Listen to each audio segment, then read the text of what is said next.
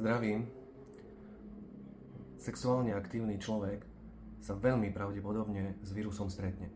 4 z 5 ľudí majú tento vírus aspoň raz za život.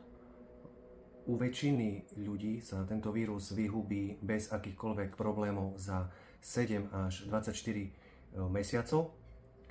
Prítomnosť samotného vírusu neznamená automaticky rakovinu.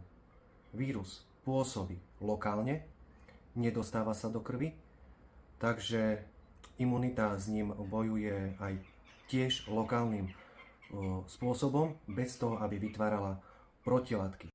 Takže telo za každým pri styku s HPV začína odznova.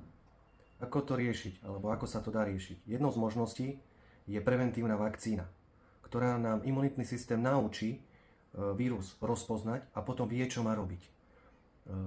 Liek na HPV nemáme. Najlepšie je sa očkovať pred začiatkom sexuálneho života, ale má to zmysel aj potom, pretože to neublíži, ale pravdepodobne môže pomôcť.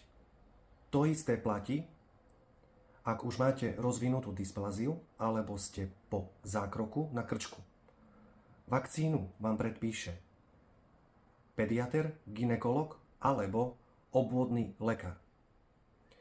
Keďže vakcína chráni len pred určitými typmi HPV vírusu, preto sú preventívne vyšetrenia naďalej dôležité.